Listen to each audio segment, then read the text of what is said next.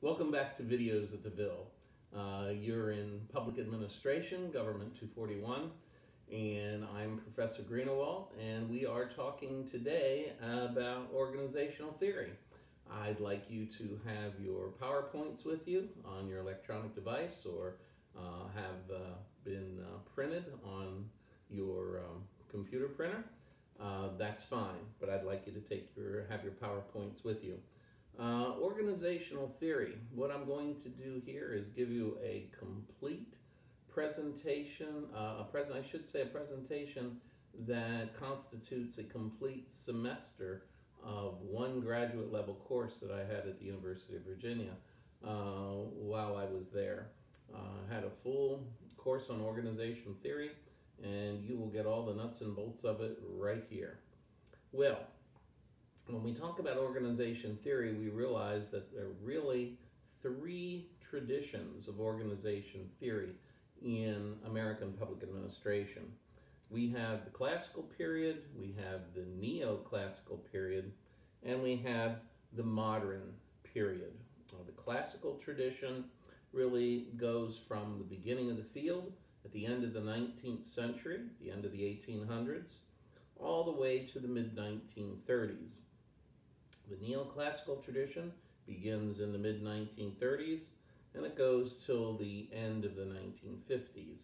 And the modern tradition is essentially what has occurred since the late 1950s to the present day. You find that these time spans are of limited usefulness, limited utility, because you find academic communities and industrial communities simply dip into organizational theory and they pick out the pieces, the facets from each tradition that serves their purposes as they need them. Well, let's start with the classical period. The classical period, as I said, began at the end of the 1800s, the end of the 19th century, and we find that Frederick W. Taylor is the most important person in launching the study of organizational theory in public administration. You find pictures of Frederick W. Taylor on your PowerPoints, and you have a copy of the front of his famous book, The Principles of Scientific Management. It's one of the first books I had to read in the master's program in public administration at Virginia. Well, how does Taylor look at organizations? He's affected incredibly by the scientific management movement, and he uses all the principles of the scientific management movement and applies them to public administration. Frederick W. Taylor viewed organizations as machines. He viewed organizations as formal machines comprised of replaceable parts. So all organizations are nothing more than formal machines with replaceable parts. He attempted to apply scientific methods to increasing the productivity of workers and to increasing the effectiveness of managers, all for the benefit of society. Major characteristics of the classical period would include a hierarchical view of organizations. We view all organizations as hierarchies. The primary efficiency, this is very important to remember, the primary efficiency would be what? What would you guess? Well, of course, it's efficiency. Efficiency, efficiency, efficiency. In order to achieve that efficiency, Taylor would call for the utilization of specialization and standardization. We have to have the workers specialized in one facet of the productive process, and you have to standardize things so that everything is made the same way. You find that lastly, a characteristic of the classical period would be that there was a paternalistic relationship, almost a condescending relationship, but not quite, shouldn't be, but certainly a paternalistic relationship between the manager and his or her workers. And I believe that was sort of the kind of relationship that I had when I worked at Hershey Chocolate Factory with the manager that I had, the supervisor I had in the steel roll section. He had been there forever, was going to retire in a few years, and he loved to have college students work with his section in the summertime. And he took us under his wing. No doubt about it. He tried to show us all the things that would help us survive more easily for a summer in Hershey Chocolate. Well, the neoclassical period was founded most importantly by one person and one series of studies. And that person was Elton Mayo. Remember, we've talked about Elton Mayo before. What did we talk about Elton Mayo for? Well, his famous Hawthorne studies. He was hired by General Electric. General Electric had a large manufacturing facility in Hawthorne, Illinois. And he was asked to go out and investigate a proposition that they believed to be true. They thought that if they would increase the illumination within their manufacturing facility, their workers would be able to see better, and therefore they would be more productive. They'd manufacture more product. Well, you see that Elton Mayo put together a crack research team, and he went to Hawthorne, Illinois, and he had 3 manufacturing rooms established. One had less light than was traditionally found. Another had the exact same amount of light or illumination that was in one of the GE rooms, and the other had a great deal more light than was traditionally found in a manufacturing room for General Electric at this plant. And he and his team went about studying the workers and what their output was. When the experiment was complete, there was an astounding result. And what do you think the result was? The result was that all 3 rooms produced more than the original room had. Why was that? Well, it hadn't have as much to do with the lighting as it had to do with the psychology of the workers. The workers looked at this experiment, they knew they were part of an experiment, and they thought, oh my gosh, management cares about us. We really want to show management that we will produce for them. We care about our company. And so they really put their back into their work, and they all ended up producing more than the original team had. This is called the Hawthorne effect. And the Hawthorne effect simply means that when a group of people or an organization, when someone knows they're being studied, they're not going to have normal behavior patterns. They're going to have their behavior altered by that study. So this is called the Hawthorne effect. Well, what happened with the Hawthorne effect is that now we were familiar with the fact that we'd have to study social psychology. So social psychology assumed an important place in organizational theory, and the group becomes the focus of organizational analysis. The work group becomes the focus of organizational analysis. Organizations are conceived of now organically, that they have a life of their own, and they actually have synergistic properties. Remember the word synergy? Remember we talked about that before?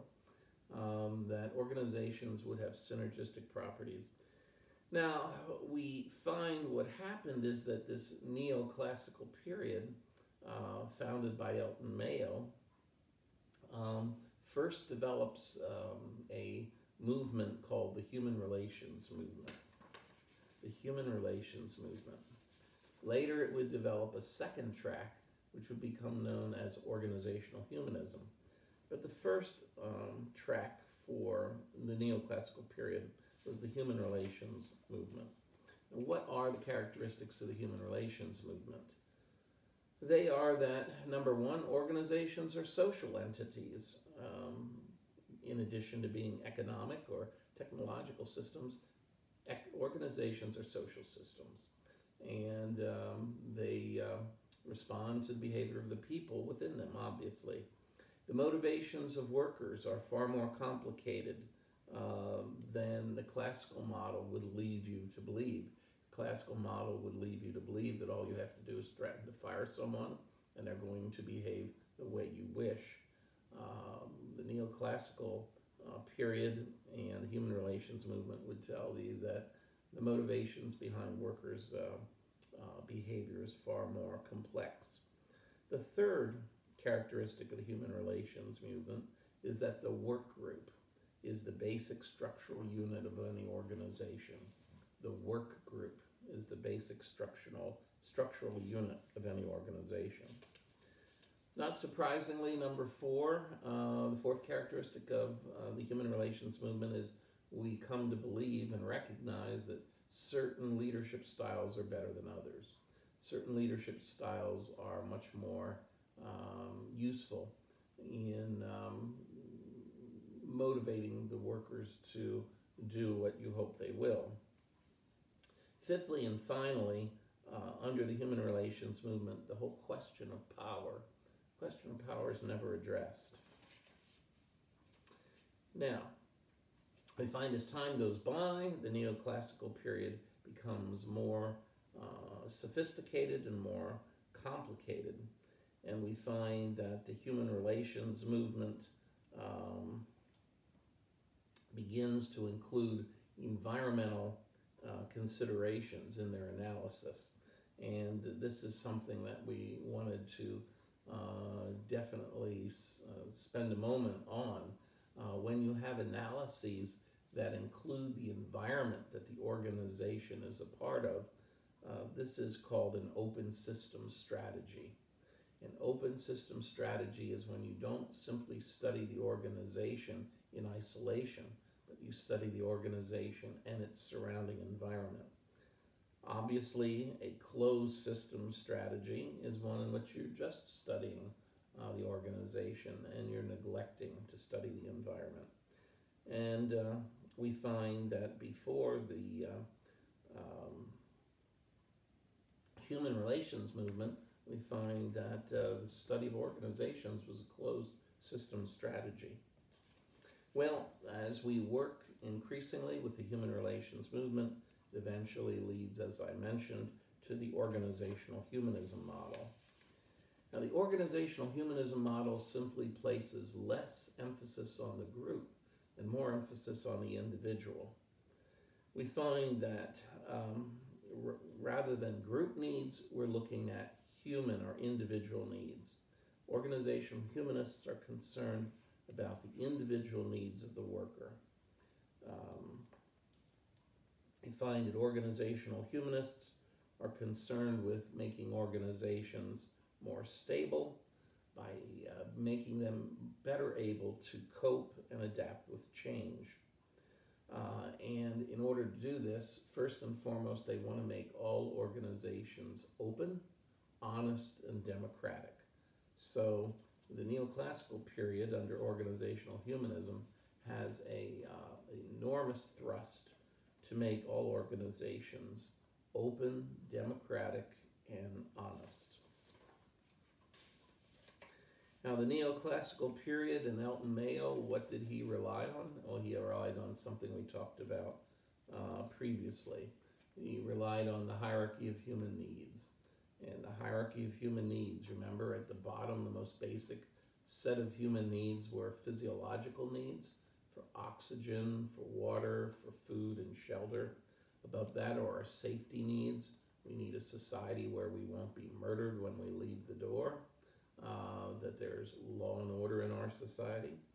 Thirdly, we have social needs, that humans are animals too, and we enjoy sharing the triumphs and trials as well as the tribulations with fellow human beings.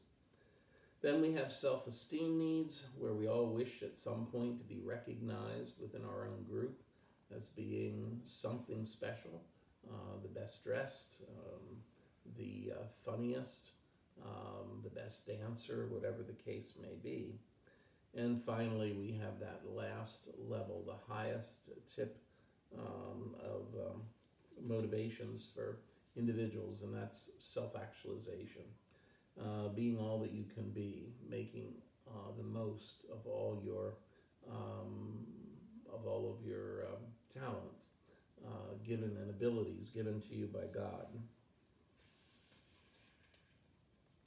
Now, what happened is that organizational humanists simply believe that if their recommendations are followed, that efficiency will come about. If you want to make organizations open, honest, and democratic, that efficiency will come out of that. Organizational humanists view man positively, and they have a very optimistic view of the future. It's very important. We find that as time goes by and we get closer to the end of the 1950s and 1958, we find a number of new theorists coming on the scene, most notably Herbert Simon, who is doing a lot of his work at Carnegie Mellon in Pittsburgh, and you have James Thompson, and they're writing lots of new books that are still some of the most important books in public administration and in organizational theory. And they are responsible for the period we're in now. And actually, if any of you are looking for good themes or good subjects for a master's thesis or a PhD dissertation, I think we may be beyond this. They took us into this third period of time called the modern theory, the third period for organizational theory in America. Modern theory. Modern theory is a hodgepodge. It's a potpourri of the other models. And what they did is they simply took bits and pieces of a model that they needed to use to solve a problem. So modern theory is not a unified whole. And again, we find that Herbert Simon and James Thompson are the most important individuals to launch this particular period of time. Modern day organizational theorists examine and analyze specific organizational problems, and they are descriptive rather than prescriptive. In the first era, you have Frederick W. Taylor being very prescriptive. This is the best organizational chart. This is the best set of organizational procedures. You find that Herbert Simon and James Thompson don't do that. What they're trying to do is analyze a problem through observation. Here you have empirical research being done and establishing a whole new place for itself in public administration. So we are presently at a point where there is an opportunity, I believe, in public administration to bring newfound unity to this field. If you'd like to dive in and do a master's thesis or a PhD dissertation about it. But I'm happy to answer any questions you might have on organization theory through emails or phone calls. Feel free. I look forward to hearing from you all. Okay, and that wraps up organizational theory, and we'll move on to the next topic. Kimberly?